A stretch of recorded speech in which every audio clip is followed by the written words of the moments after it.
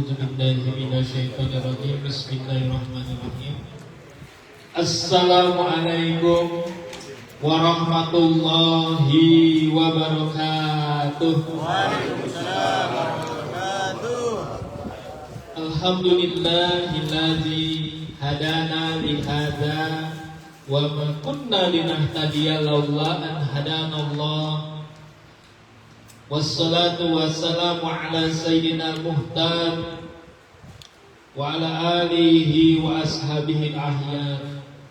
Allahumma salli wa sallim wa barik ala sultani khalqillah wa sahibi taji kamali sifat sayyidina wa maulana Muhammadin al-Mustafa wa ala alihi wa sahbihi adada ma fi la ilaha illallah wa ba'du fa'lamu ma'asyiral ihwan ja'alanallahu wa iyyakum minazakirina lahu katsira wa minal ladzina la tulhihim amwaluhum wa la auladuhum an zikrillah.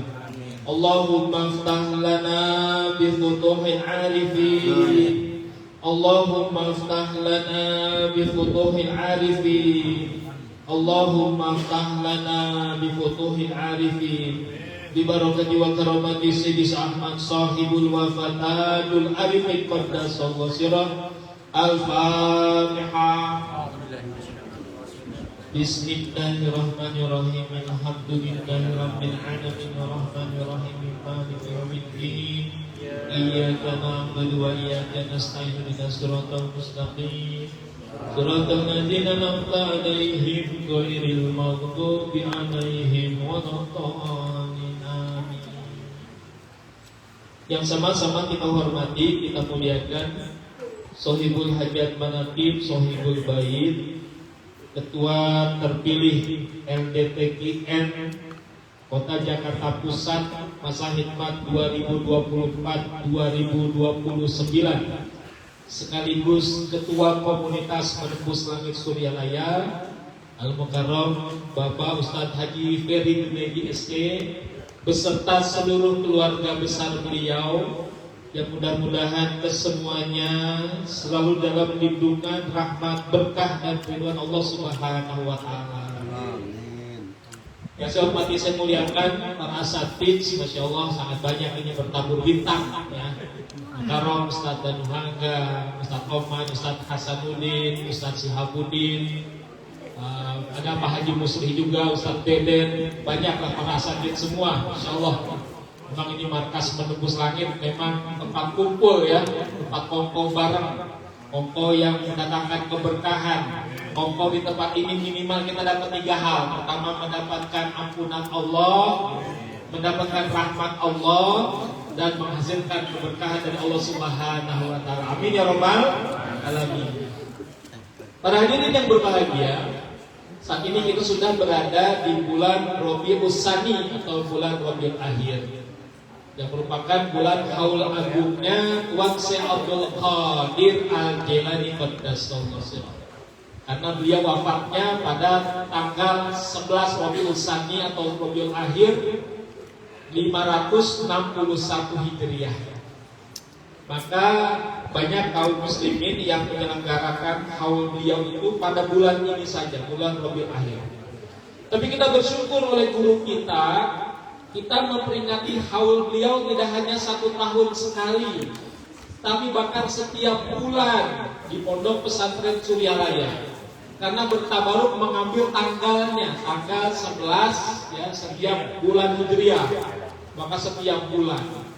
Bahkan kemudian oleh para ikhwan mereka bertabaruk pula mengikuti Pondok Pesantren Suryalaya melakukan kegiatan khidmat amaliyah manaqib. Makanya kita mengamalkan manaqib yang sejatinya amalan bulanan minimal sebulan sekali, tapi biasanya iwan ada yang bahkan dalam 1 bulan bisa berkali-kali, bahkan dalam 1 hari bisa 3 kali. Ada mas jadwal manaqib, paginya manaqib ya, siangnya manaqib, malamnya juga manaqib. Masya Allah, luar biasa ini bimbingan guru kita ya, luar biasa. Karena memang beliau adalah seorang mursyid, beliau juga kutub, beliau juga mujaddid, Masya Allah. Tidak setiap wali mursyid itu punya derajat sebagai wali kutub, dan tidak setiap wali kutub juga punya predikat mujaddid. Tapi guru kita Masya Allah, cuma ini rahasia kita aja, jangan ngomong di luar, nanti timbul fitnah. Ini buat keyakinan kita. Memang guru kita punya 3 martabat tersebut. Tapi ini bukan klaim sepihak, hasil pengamatan panjang. Semenjak saya ngalami tahun 96, berarti saya mengalami masa hidup beliau selama 15 tahun sampai wafatnya beliau tahun 2011. Ya. Semenjak masa itu, ya, kami mengamati, kami melihat, kami juga mengamalkan. Bukan arti kita ledek-ledekan, ya. Tapi kan namanya ada kecenderungan, ya, kalau orang itu ada yang tipikalnya, ada yang bersifat kritis, ya, ada yang sifatnya apatis, macam-macam, ya. Kalau saya dari kecil, termasuk dari kecil, ya, itu memang punya senang nyelidik gitu. Bahkan pernah punya pengalaman ketika saya masih SD saja kelas 6, sama guru matematika saya ketika itu mengatakan, ketika menulis soal, lalu kemudian saya berani mengatakan, Pak, salah Pak, Anda kelas 6 SD loh. Kata guru saya, karena merasa disalahkan sama bocah, kalau salah iris kuping saya. Kata guru saya, SD ya. Biasanya kalau anak kecil gitu ngepel nggak? Ngepel, tapi saya enggak. Saya maju ke depan, saya buktikan, iya salah. Diiris dong. Mungkin kalau saya SMA saya kecengin ya, anak SD kan enggak. Tapi berarti punya kecenderungan, oh saya dari kecil itu punya kecenderungan kritis, begitu. Kebawaan saya dari kecil itu punya kecenderungan kritis. Sama siapapun saya mempertanyakan. Ya. Tapi ketika bermursyid ke Pangersa Abah, saya melepas itu semua. Satu-satunya yang tidak pernah saya kritisi hanya satu, Pangersa Abah. Wakil talqin aja masih saya kritisin, ahlul bait masih saya kritisin, tapi satu yang tidak pernah berani saya kritisin, Hadrat Husain Pangersa Abah. Begitu. Tapi saya bersyukur alhamdulillah ya, dengan berinteraksi yang panjang itu dengan beliau. Walaupun memang tidak juga mengalami masa gemblengan langsung sebagaimana para ashabul awalun dalam thariqah yang mereka mengalami kan langsung digembleng riadohnya oleh Pangersa Abah. Karena ketika saya datang tahun 96, Abah sudah di kursi roda, ya, Abah sudah di fase diam, sudah di fase tawajuh. Tapi beberapa kali saya mengalami, saya bertanya, Abah menjawab seperti yang saya ceritakan kemarin. Bertanya tentang salawat Bani Hasyim, Abah menjawab.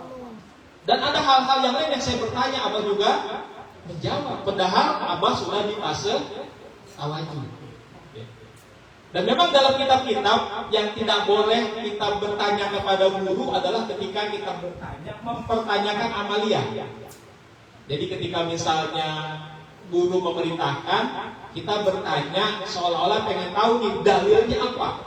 Bah, kenapa Bah memerintahkan begitu? Artinya kita mencari alasan, itu yang tidak boleh. Jadi seorang murid dalam kitab-kitab termasuk Anwarul Muqsiyah, kalau bertanya mengapa kepada gurunya, maka dia termasuk murid yang tidak sukses. Suul adab. Kalau bertanyanya mengapa? Tapi kalau bertanyanya dalam rangka memang kita ingin mencari sebuah pengetahuan, kita bukan dalam rangka kita ragu dengan perintah beliau, ya, maka dibolehkan. Termasuk Kiai Wahyudin kan bertanya kepada Pangersa Abah, ya. Kiai Wahyudin bertanya bahkan begini, Bah, dari segitu banyaknya amalan TKN, apa amalan inti dalam thariqah kita? Begitu. Dan Abah menjawab, zikir jahri, zikir khafi. Itulah amalan paling inti di dalam TKN. Artinya, kalau Ikhwan misalnya gak manakib, masih punya status Ikhwan, walaupun dia gak manakib. Tapi kalau ada Ikhwan gak zikir jahri, zikir khafi, maka diragukan keikhwanan. Itulah batasan paling maksimal, ya. Jadi seorang Ikhwan itu kalau sampai misalnya gak sempat manakib, gak langsung otomatis dia tercoret sebagai Ikhwan TKN. Tapi kalau ada Ikhwan yang gak mau zikir jahri, gak mau zikir khafi, kalau zikir khafi ini mungkin rahasia ya. Tapi kalau gak mau zikir jahri dengan alasan misalnya, amal yang dikit jahilin nanti dianggap macam-macam lah, dianggap aneh, nggak mau mengamalkan, begitu. Maka ya diragukan status keikhwanannya. Itu yang paling minimal. Itulah ditanyakan oleh Pak Kiai Haji Wahyudin. Jadi bolehkah murid bertanya sepanjang bukan untuk mencari alasan untuk mengapa kita harus mengamalkan, itu nggak boleh. Jadi kalau bertanya mengapa, nggak boleh. Bah, kenapa Pak kok Abah nyuruh begini? Itu nggak boleh. Ya, jadi yang namanya murid ketika guru suruh langsung laksanakan. Sami'na wa ata'na. Ya, alhamdulillah. Maka para hadirin yang berbahagia, ya, di bulan Rabiul Tsani ini, yang bulannya haulnya Tuan Syekh, juga termasuk wafatnya Tuan Syekh, sebenarnya dibacakan 2 manqobah. Manqobah yang ke-51 tentang wasiat, manqobah yang ke-53 tentang wafatnya Tuan Syekh Abdul Qadir Al-Jilani Qaddasallahu Sirrahu. Kemudian tadi Ustaz Hasanuddin membacakan manqobah yang tentang wasiat. Yang namanya wasiat itu artinya adalah pesan penting yang harus diperhatikan dengan sungguh-sungguh. Termasuk para nabi itu berwasiat kepada para putranya. Ya, termasuk Nabi Ibrahim di dalam Al-Quran. Ya. Wa wasobiha Ibrahimu banihi wa Ya'qub. Ya. Dan Nabi Ibrahim berwasiat kepada para anak-anaknya, kepada Nabi Ismail dan Nabi Ishak. Begitu juga dengan Nabi Yakub berwasiat kepada anak-anaknya. Termasuk juga Luqman Hakim berwasiat kepada anak-anaknya. Jadi memang wasiat ini termasuk amalannya para nabi yang disampaikan kepada para putra-putranya atau anak-anaknya. Dan biasanya wasiat mereka itu adalah agar anak-anaknya jangan sampai menyekutukan Allah. Ya, dan juga berharap anak-anaknya itu mati dalam keadaan Islam. Wala tamutunna illa wa antum muslimun. Itu biasanya pesan-pesan para nabi seperti itu. Bahkan guru kita termasuk Tuan Syekh Abdul Qadir Jilani berwasiat. Termasuk Abah Sepuh juga berwasiat. Nah, wasiat Abah Sepuh kita kenal dengan nama Tanbih. Dan wasiat beliau-beliau sama, semuanya diawali dengan doa. Kalau tadi Tuan Syekh dalam wasiatnya mengatakan, wahai anakku, semoga Allah melimpahkan taufik dan hidayahnya kepadamu dan kepada segenap kaum muslimin. Nah, berarti doa ini. Ya, ini wasiat Tuan Syekh. Nanti juga kalau kita perhatikan, ya, Abah Sepuh mengawali juga dengan doa. Semoga ada dalam kebahagiaan, dikaruniai Allah Subhanahu wa taala kebahagiaan yang kekal dan abadi, dan semoga akan timbul keretakan dalam lingkungan kita sekalian. Masya Allah.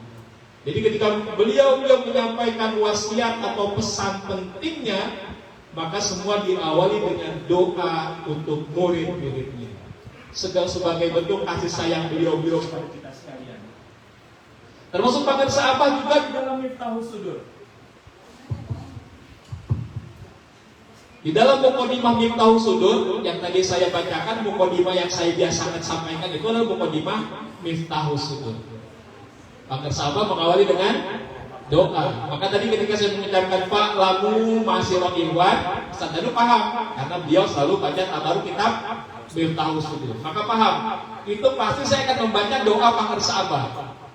Pak Lamu Masirul Ikhwan. Maka ketahuilah para sekalian ikhwan. Ya, yakinilah, pahamilah. Maksudnya apa? Ketahuilah bahwa guru itu selalu mendoakan kita semua. Maka fa'lamu ma'asirul ikhwan. Maka mendoakan ja'alanallahu wa iyyakum. Semoga Allah menjadikan kami dan kalian semua, ya, sebagai apa? Minazakirina lahu kasiro, menjadi orang yang banyak berzikir kepadanya. Jadi ketika saya membaca muqaddimah tersebut, sebenarnya saya sedang menyampaikan doa dari Pagersa Allah.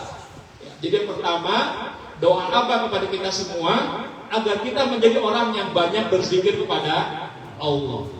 Yang kedua, wa minal ladzina la tulhihim amwaluhum wala auladuhum an zikrillah. Dan kita menjadi orang-orang yang tidak terlalaikan, ya, karena harta dan anak-anak kita membuat kita lalai dari zikrullah. Itu doa dari Pagersa Allah, ya. Jadi doa yang pertama adalah merupakan doa agar kita banyak berzikir kepada Allah. Doa yang kedua, doa yang menjadikan kita memiliki sikap zuhud. Jadi zuhudnya versi Makan Sahabat itu bukannya anti dunia. Bukan berarti kita tidak boleh punya kemewahan atau harta benda dunia yang banyak. Tapi yang tidak bolehnya itu adalah jangan sampai harta yang dimiliki, anak yang dimiliki melalaikan kita dari zikir kepada Allah. Itu yang tidak boleh. Maka itu yang disampaikan oleh Makan Sahabat. Ya. Jadi doa ini yang disampaikan ini merupakan sebuah tema besar Miftahus Sudur. Maka ketika kita mengamalkan zikir ini, minimal munculkan dua hal itu dalam diri kita. Menjadi orang yang istiqomah berzikir kepada Allah, juga menjadi orang yang hidup zuhud di dunia. Begitu. Jadi kalaupun misalnya memang kita dikaruniai harta yang sangat banyak, sekali lagi jangan sampai harta kita membuat kita lalai dari Allah. Seperti sabda Tuan Syekh, ya. Al-malu khodimaka wa anta khodimul maula, ya. Bahwa hartamu itu adalah pelayanmu, sedangkan engkau adalah pelayan Allah, ya. Maka sepanjang kita mengamalkan zikir kita harus mengikis hasrat-hasrat keduniawian. Jangan sampai justru riyadhah kita, amalan-amalan kita, ibadah-ibadah kita justru ngejar-ngejar dunia. Nah, itulah bedanya ya kebanyakan ikhwan sekarang nih dibandingkan dengan para sufi zaman dulu. Karena kan saya pernah waktu beberapa tahun yang lalu ketika manakib di rumah almarhum Pak Kiai Haji Abdul Rosyid Effendi. Ya. Ketika itu sedang biasa menjelang manakib makan malam seperti tadi kita makan malam. Ketika makan malam maka saya duduk gak jauh dari rombongan ibu-ibu, ya, ibu-ibu senior. Jadi karena ibu-ibu jet set ya. Yaitu orang-orang tajir nih. Kalau orang-orang tajir kan biasanya pede, berani mendekat kepada wakil talqin, berani minta riyadhah macam-macam. Dan mereka saling cerita. Udah riyadhah ini belum? Saya riyadhah ini. Suami saya naik jabatan. Saya riyadhah ini. Yang ngomong itu bilang, dagangannya laris. Pokoknya macam-macam saya dengerin sampai makan. Nah, ini riyadhah tujuannya ngejar-ngejar dunia. Padahal yang namanya riyadhah itu, ya kan sejatinya riyadhah itu ya termasuk rukun thariqah dalam hal mengurangi 4 hal. Ya, mengurangi makan, mengurangi bicara, mengurangi tidur dan uzlah. Kan 4 hal itu namanya riyadhah. Ya. Jadi namanya riyadhah itu harusnya adalah menekan hasrat, menekan syahwat. Menekan syahwatul kalam, menekan syahwatul perni, syahwatul naum, syahwatul farji. Itu ditekan hasrat itu. Tujuannya untuk apa? Ya untuk mengendalikan hawa nafsu. Ya. Karena kan di dalam diri kita ya ada qalbu sebagai pusatnya ruh, pada saat yang sama juga ada al-hawa sebagai tadi pusatnya kecenderungan, hasrat-hasrat kecenderungan di dalam diri kita. Sebenarnya hanya dengan zikir saja, kalau orang tersebut misalnya tidak punya potensi al-hawa yang besar, ya, maka zikir yang diperbanyak itu akan menguatkan qalbu. Ketika qalbunya menguat, maka qalbu bisa menekan al-hawa. Ya, maka qalbu bisa mengendalikan al-hawa dengan zikir saja. Tapi ada orang yang memang al-hawanya besar, syahwatnya besar. Maka ketika qalbunya ya diperkuat dengan zikrullah, dia mengembang akan membesar, pada saat sama hawanya melakukan perlawanan. Sedangkan qalbu dengan al-hawa ini seperti apa? Kalau ini ada gelas ya, ada airnya, ada udara kosongnya. Kalau airnya sedikit, udaranya dominan nggak?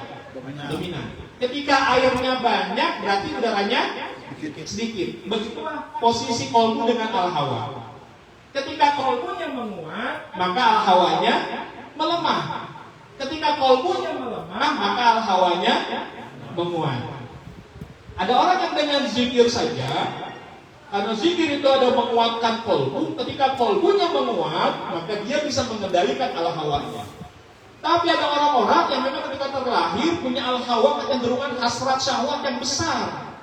Ya, maka ketika qalbunya mencoba untuk membesar, ada perlawanan dari al-hawa, maka perlulah riyadhah tambahan.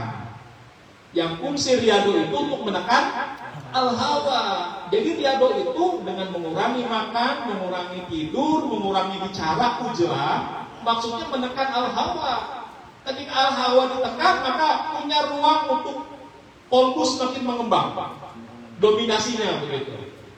Itulah intinya sebenarnya riyadhah arahnya ke sana. Jadi yang namanya riyadhah thariqah itu ya sejatinya untuk apa? Untuk mengendalikan al-hawa agar hawanya ditekan, kemudian potensi dominasi kolbunya menguat, sehingga dengan itu kolbu bisa mengendalikan al-hawa. Tapi yang terjadi sekarang justru apa? Orang riyadhah tadi, kalau ulama zaman dulu ya untuk memperkecil hasrat keduniawian, kalau orang sekarang untuk ngejar-ngejar dunia. Kalau kelihatan secara praktek lahiriahnya sama aja, memperbanyak sholat, memperbanyak zikir, memperbanyak puasa, ya, memperbanyak amalan. Kalau tidak secara lahiriah sama enggak? Sama. Apa yang membedakan? Motivasinya, niatnya. Itulah mengapa kita dibimbingkan oleh guru kita dalam segala hal, niatnya ilahi, anta maksudi, walidom tamatlubi, artini mahabbataka wa ma'rifata. Karena kalau tidak dengan motivasi seperti itu, ya, maka kita mengamalkan amalan apapun nanti pasti tujuannya ada dalam rangka pemenuhan hasrat keduniawian. Akhirnya bertarekat itu jadi ngejar-ngejar dunia. Ya. Dan ini dibuktikan juga termasuk Kewafi ketika beliau umroh. Kata beliau ketika beliau umroh pas beliau sedang di Multazam, kata beliau sedang nempel di Multazam sedang berdoa. Di sebelah beliau sebentar ketika saya sedang makan, sebelah saya ada ibu-ibu. Wafi juga sama, lagi berdoa di Multazam, di sebelahnya ada ibu-ibu juga yang doa juga. Kata beliau begini, ini kuping dibikin apa? Dibikin usil nih. Mau tahu doa orang? Tapi dengan itu ada hikmahnya, jadi itu ada hikmahnya. Kata beliau apa? Doa ibu itu dari awal sampai akhir urusannya dunia semua. Ya. Urusannya dunia semua dalam doa tersebut. Minta kaya, minta naik jabatan, macam-macam. Pokoknya minta urusannya dunia semua. Gak ada satupun urusan akhirat. Gak pernah ada ucapan ya Allah ampunilah dosa hamba ya Allah. Mudah-mudahan ibadah hamba ikhlas dan istiqomah ya Allah. Mudah-mudahan. Pokoknya gak ada sama sekali doa yang urusannya dengan akhirat. Begitu. Oh ternyata kalau kita melakukan ibadah, kalau hanya secara lahiriah, ya tidak dibandingkan dengan niat yang baik, walaupun kelihatan ibadah, tapi ternyata amalannya nyasar, ya nggak sampai ke hadirat Allah. Begitu. Ya. Jadi pentingnya kita berthariqah itu memang kita meluruskan niat. Nah kita kembali ke wasiat Tuan Syekh, ya. Jadi bahwa dalam wasiat ini baik Tuan Syekh Abdul Qadir Al-Jilani maupun Pangersa Abah Sepuh maupun Pangersa Abah mendahului dengan doa sebagai bentuk kasih sayang beliau kepada kita semua murid-muridnya.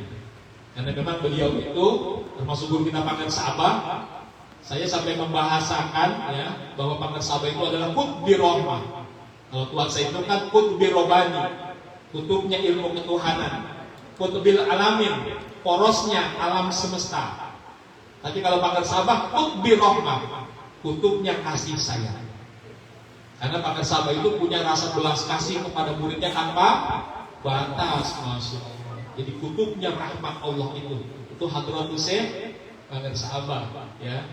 Nah, jadi Pangersa Abah itu kasih sayangnya kepada murid-muridnya itu luar biasa. Belanya, ya, terbukti dengan thariqah ini saja yang tadinya berat diamalkan di zaman Abah Sepuh. Maka Pangersa Abah rela untuk menebusnya. Saya sering menyampaikannya agar kita semua ingat perjuangan beliau, ya. Bagaimana ketika beliau di awal kemursidan, beliau melakukan riyadhah untuk menebus thariqah kita. Dan gak tanggung-tanggung menebusnya, ya. Beliau menebus tidak tidur selama 3,5 tahun, masya Allah, ya. Sehingga dampak dari riyadhah beliau ini, ya kecepretan ke Mama Hajah Ane. Mama Hajah Ane itu ketika sedang dikandung oleh Umi Hajah Is, Abah sedang riyadhah 3,5 tahun tidak tidur. Makanya di antara putri Pangersa Abah kan yang ahli riyadhah Mama Ane. Ya. Sejak di dalam kandungan saja, ya Pangeran Sabah itu bayi janinnya itu terdengar seperti mengalunkan Al-Quran dalam janin, ya. Ketika Umi Haji Ais mengandung, pernah saudara terdengar bayi yang dikandungnya bersuara, terdengar seperti mengalunkan suara Al-Quran. Itu baru dikandung sama Mama Haji Ani. Kenapa? Karena ketika beliau dikandung itu Abah sedang riado 3,5 tahun tidak tidur. Ya. Termasuk kesaksian suami beliau, Pak Dedi. Pak Dedi pernah bilang sama saya, jika si Mamah mah kalau malam kerjaannya jalan-jalan. Jalan-jalan kemana Pak Dedi? Padahal beliau sudah tidur pulas nih Mama Anda. Tapi nanti bilang begini sama Pak Dedi selaku suami, Pak izin Pak, Mama mau ke Baghdad. Kapan-kapan Pak izin Pak, Mama mau ke Cirebon, Mama mau ke Banten begitu. Wah, Pak Dedi tidur pulas, tapi ruhnya jalan-jalan. Tapi tetap sebagai adabnya, walaupun setinggi apapun makom seorang istri, padahal sedang tidur, yang berangkat ruhnya, tapi tetap pamit sama suami. Gitu. Mama Anda pamit sama Pak Dedi. Nah itu Mama Anda ya, itu horibul adahnya luar biasa. Dan itu karena apa? Karena Abah diatur 3,5 tahun tidak tidur. Tapi ketika Abah menjalani 3,5 tahun tidak tidur itu berat itu, ya. Perjuangannya luar biasa. Berarti selama 3,5 tahun Abah nggak berani nyender, nggak berani duduk sandaran, ya. Karena kalau sandaran kan secara manusiawi ada lelahnya, ada capeknya. Maka kalau sampai tidur aja nyender, batal nggak? Batal. Ya, kayak kita sholat Jumat kan kalau sandaran di dinding, ya. Apalagi kalau sampai miring-miring, memang ada pendapat. Sepanjang tidak bergeser bokong, ada pendapat mengatakan ya, sepanjang tidak bergeser walaupun sandaran dianggap nggak batal. Tapi kebanyakan ulama menganggap kalau sandaran batal, mau bergeser atau enggak. Tapi kalau di Safinatun Najah memang syaratnya apa? Bergeser ini bokongnya. Jadi kalau kata Safinatun Najah itu bersandar, tapi bokongnya maksudnya tetap nih, nggak berubah, maka dianggap nggak batal. Tapi kalau ada dua pendapat gini kan, ya milih kita nyari apa? Milih yang batal, milih yang berat. Kenapa? Kita milih kan ternyata batal, repot. Berarti sholat kita nggak sah begitu. Ya. Nah, jadi berarti selama 3,5 tahun Pangeran Sabah itu nggak duduk nyandar demi kita, begitu. Ya. Sehingga torikoh yang tadinya zaman Abah Sepuh berat, Abah Sepuh itu zaman dulu untuk talqin zikir saja mesti obatan nasuha dulu, ya. Mesti riado 40 hari 40 malam. Tapi kemudian ya oleh Pangeran Sabah Anom ya ditebus. Toriko zaman Abah Sepuh sampai toriko suluk oleh Pangeran Sabah Anom dirubah menjadi toriko tabaruk, dimudahkan. Ya. Kalau toriko suluk itu gambarannya kita mengamalkan harus sama dengan apa yang diamalkan guru. Jadi kalau hatamannya tertulisnya 500 jadi baca 500. Tertulis 16.641 dibaca segitu. Itu kalau toriko suluk. Berat gak? Kira-kira pada sanggup kagak nih? Kagak kayaknya ya. Senyum doang. Ya, zaman Abah Sepuh itu begitu, ya. Makanya saya mengistilahkan Abah Sepuh itu pencetak wali. Karena rata-rata murid Abah Sepuh jadi wali. Tapi Pangeran Sabah Anom penyelamat umat. Syaratnya direndahkan sehingga bisa menjadi orang sebanyak-banyaknya terbawa oleh beliau. Begitu.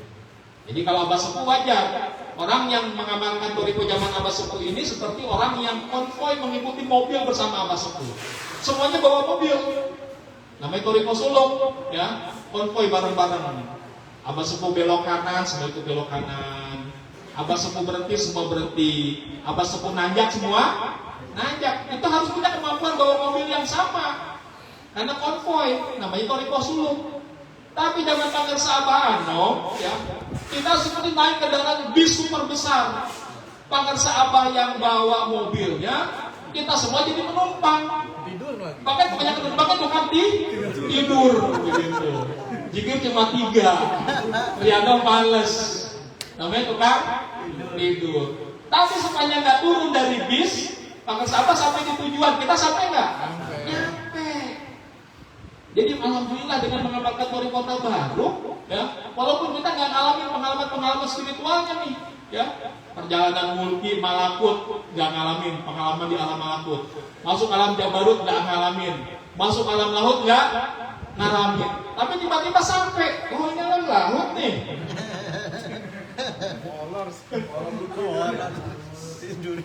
Kesannya kita, aduh kok gak pernah ngalamin. Kenapa? Justru kalau pas kita ngalamin repot, takutnya turun. Di alam malakut tuh lihat, lihat malaikat Jibril, lihat malaikat-malaikat. Wah udah nyampe menjadi wali nih. Turun, buka pelang, ya, menerima pengobatan jadi dukun.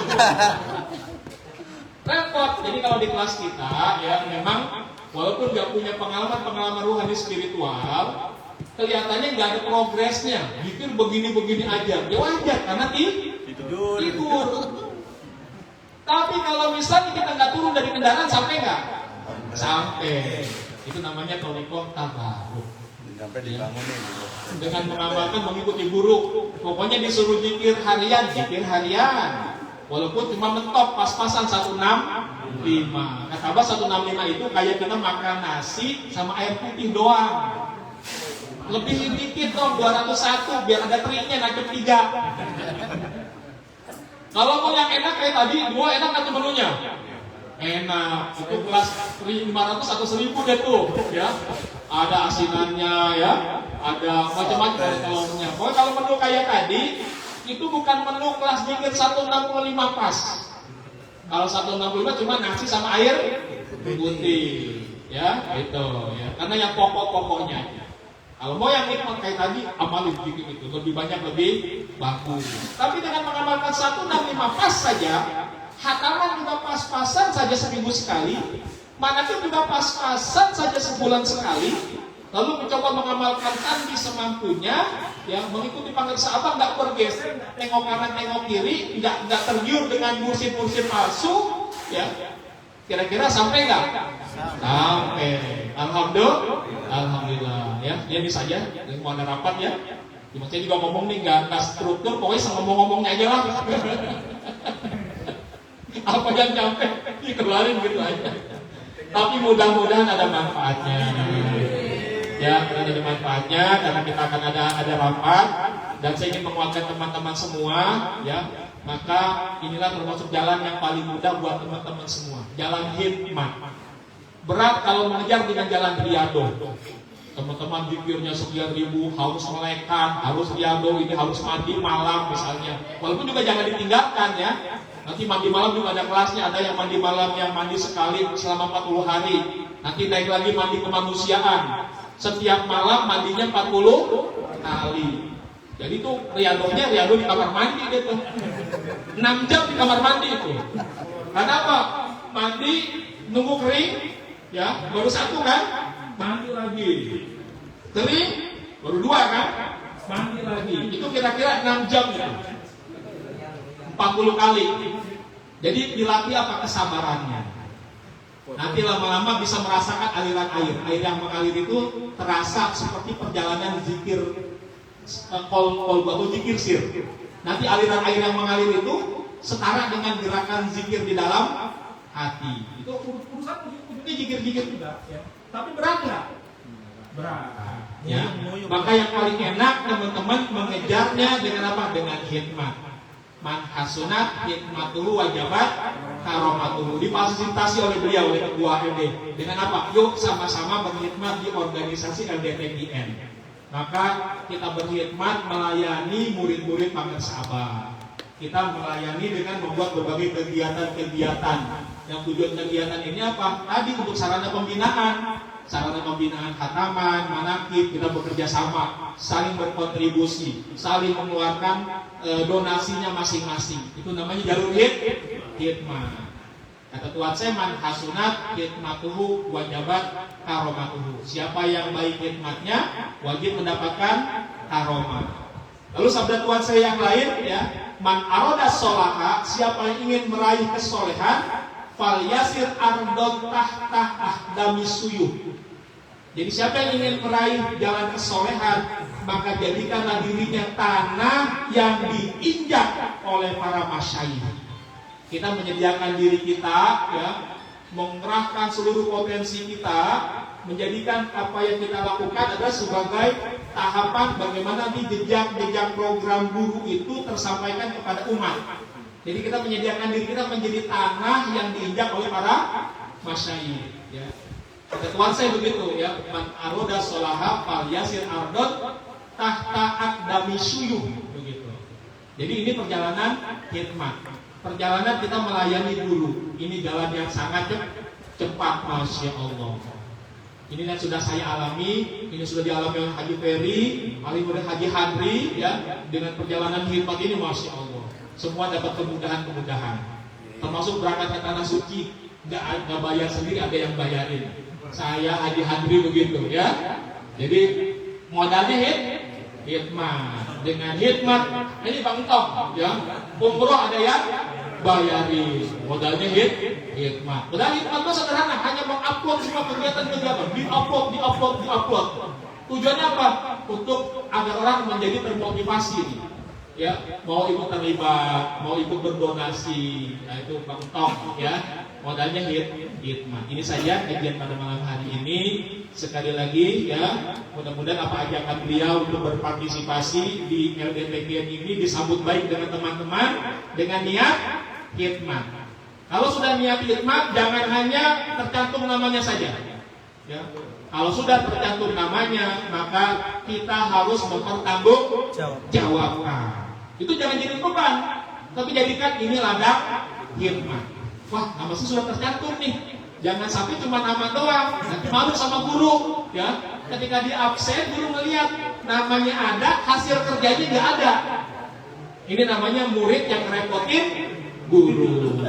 Karena kan orang ngasih syafaat, tapi ngasih syafaat kan berat. Orang yang apa? Orang yang nggak ikut bekerja, namanya ngebebanin guru, ya. Tapi apa kita akan sebagai pemberi kasih sayang, apa kutbu rohmah akan menarik kita. Tapi jangan kita ngerepotin guru. Caranya apa? Tadi berkhidmatnya sungguh-sungguh, bekerjanya sungguh-sungguh. Ya, ini saja.